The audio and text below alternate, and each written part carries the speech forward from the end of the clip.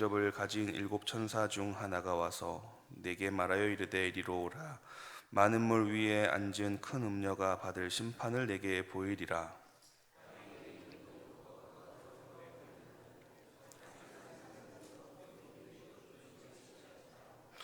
고성령으로 나를 데리고 광야로 가니라. 내가 보니 여자가 붉은 빛 짐승을 탔는데 그 짐승의 몸에 하나님을 모독하는 이름들이 가득하고 일곱 머리와 열 뿔이 있으며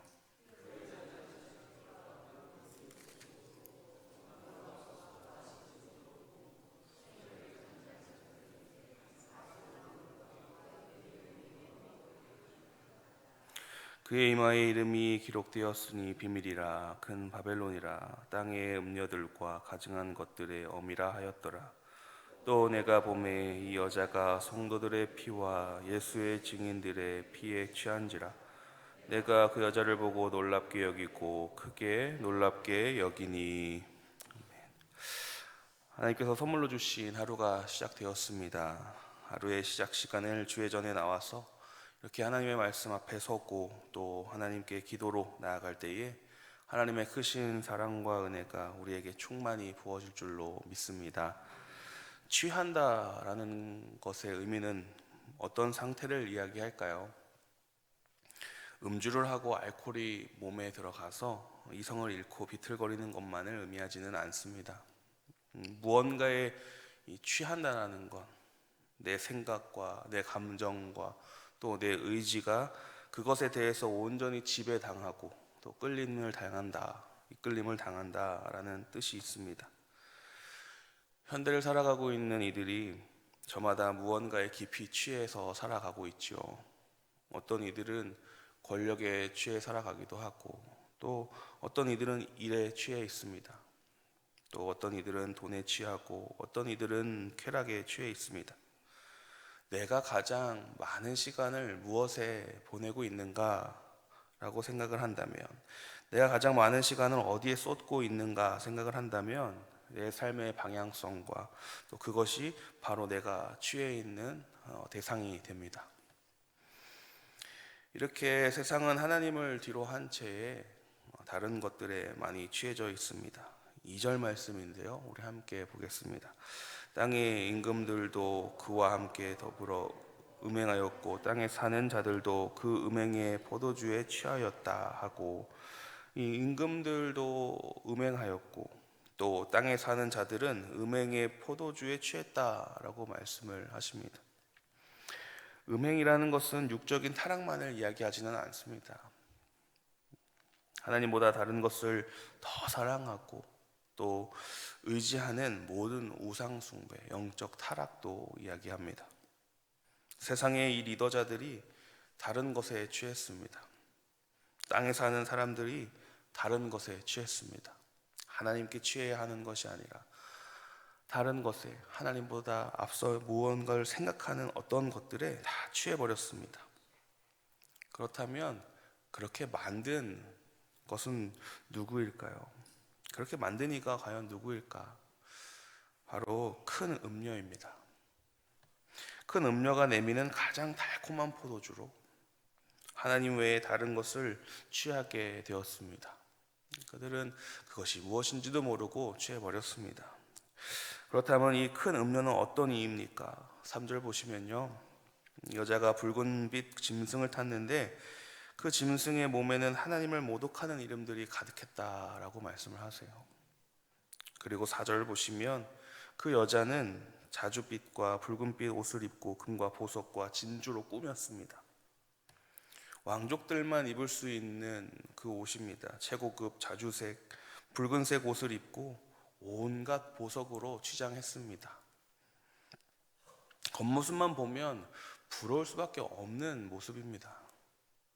누구나 한 번쯤 생각해보고 누구나 한 번쯤 가져보고 싶은 그 부유함과 성공의 모습을 보입니다. 그리고 귓가에 속삭입니다. 금잔을 내밀면서 말이죠.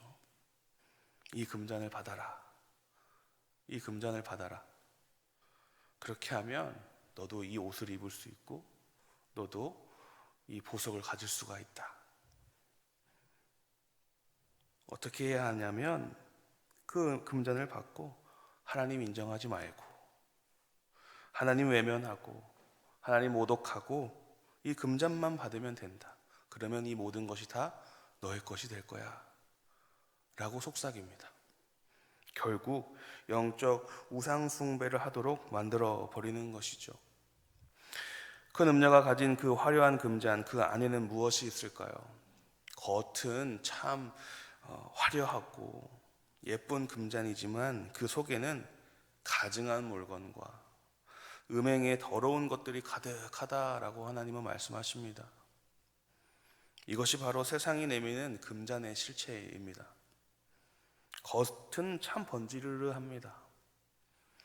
그 속에는 탐욕과 이기심, 하나님께서 싫어하시는 그 영적 타락과 우상숭배, 더럽고 냄새나는 것들이 들끓고 있다라는 것이죠. 그래서 여러분, 우리는 기억해야 합니다. 세상이 주는 그 금잔을 뒤로 해버려야 됩니다.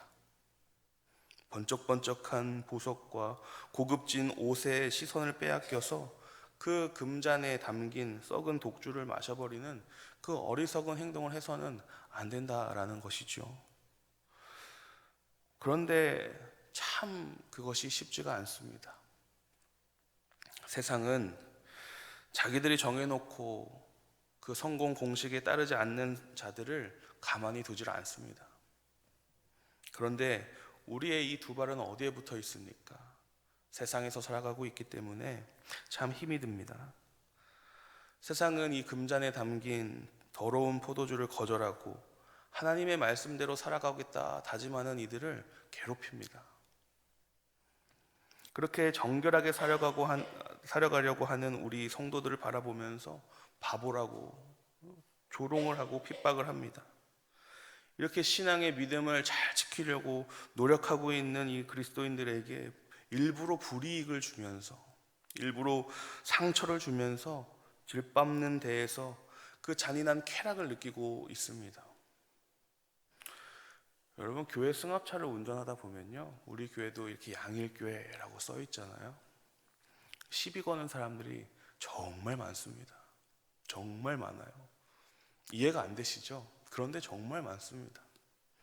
아무 잘못도 하지 않았는데 와서 시비를 걸어요. 뭐 천천히 가면 천천히 간다 뭐라 하고요. 차선을 바꾸려고 하면 비켜주지도 않습니다. 크락션을 얼마나 크게 울리는지, 얼마나 신경질을 내는지 몰라요. 이 운전을 하면 느낌이 있잖아요. 그냥 미워합니다. 이유가 없습니다. 한참 오래된 일인데요. 제가 20대 초반에 한번 택시 타고 이동을 하는데 기사분이 그러시는 거예요. 젊은 친구니까 교회를 어떻게 생각하냐라고 물어보고 싶다라고 하면서 저의 의견은 듣지 않으시고 혼자 말씀을 다 하시는데요. 왜 물어본지 모르겠어요. 그런데 얼마나 교회를 욕하고 또 얼마나 그리스도인들을 욕하고 어쩌고 저쩌고 하시면서 막 쏟아내시더라고요. 그런데 그 쏟아냄이 도가 지나쳤습니다. 이렇게 하면은 참 어쩌다 저쩌다 하시는데 제 듣고 있는 얼굴이 다 붉어질 정도로 심하게 말씀을 하시더라고요.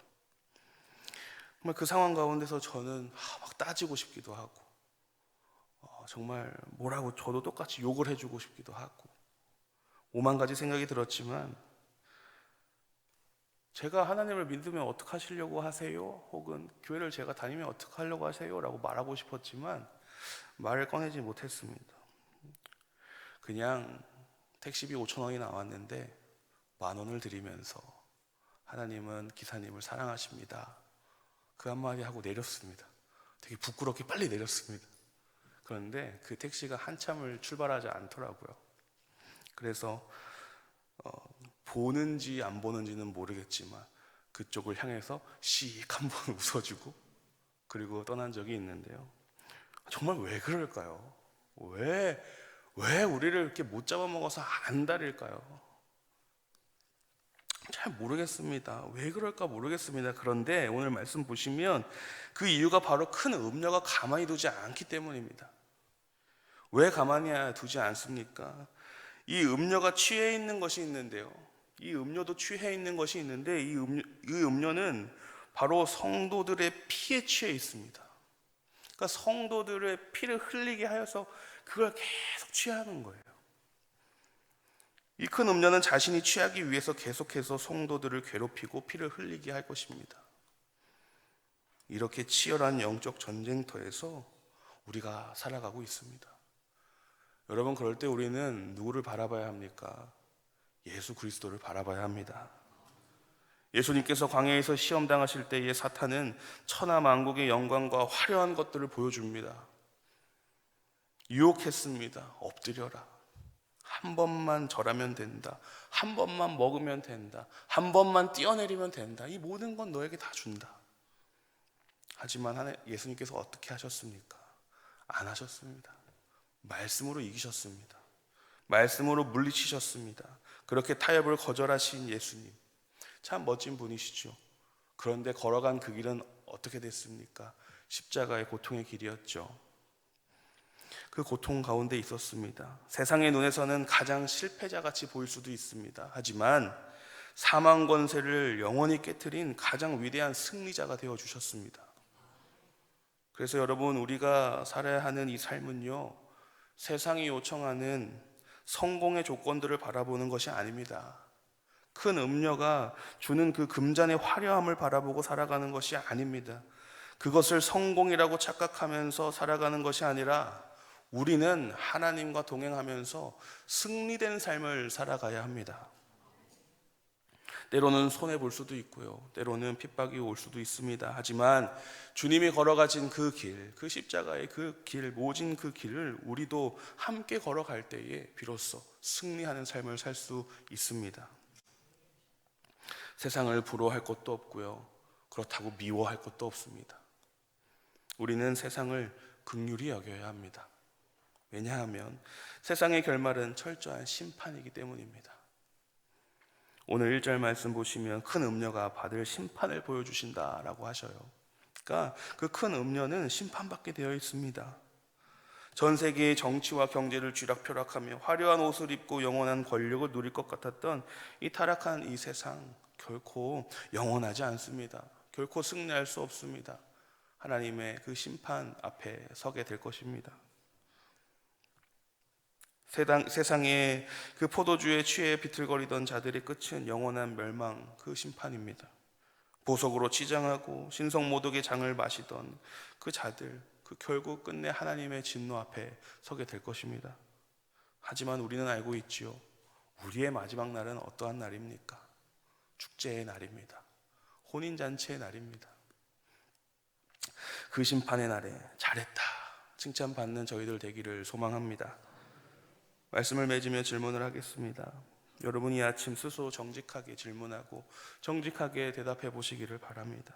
나는 무엇에 취해 있는가? 나는 정말 무엇에 취해 있는가? 여러분, 하나님께서는 우리가 성령으로 충만함을 잊기를 원하고 계십니다. 이 사실을 기억하는 저와 여러분이 되기를 소망합니다. 그래서 우리는 성령에 취해야 합니다.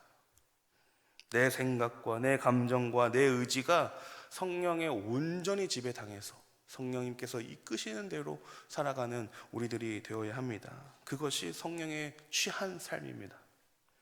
우선순위가 오직 하나님입니다. 세상의 화려한 보석과 붉은 옷에 미혹되지 마시기 바랍니다. 그 세상의 금잔 내치시길 바랍니다. 그 안에 우리 영혼을 파괴하는 것들이 득실득실 있습니다. 세상이 우리를 조롱하고 고난의 바람이 불어온다 할지라도 주님과 함께 참된 승리의 그 십자가의 길을 묵묵히 걸어가는 저와 여러분이 되기를 소망합니다. 오늘 하루 헛된 것을 바라보고 그것에 취해 비틀비틀 걸어가는 것이 아니라 성령으로 충만케 취하게 되어 담대하게 믿음의 길 꿋꿋이 걸어가는 시간이 되도록, 우리가 그렇게 되도록 하나님께서 도와주실 줄로 믿습니다. 그런 우리들이 되기를 소망합니다.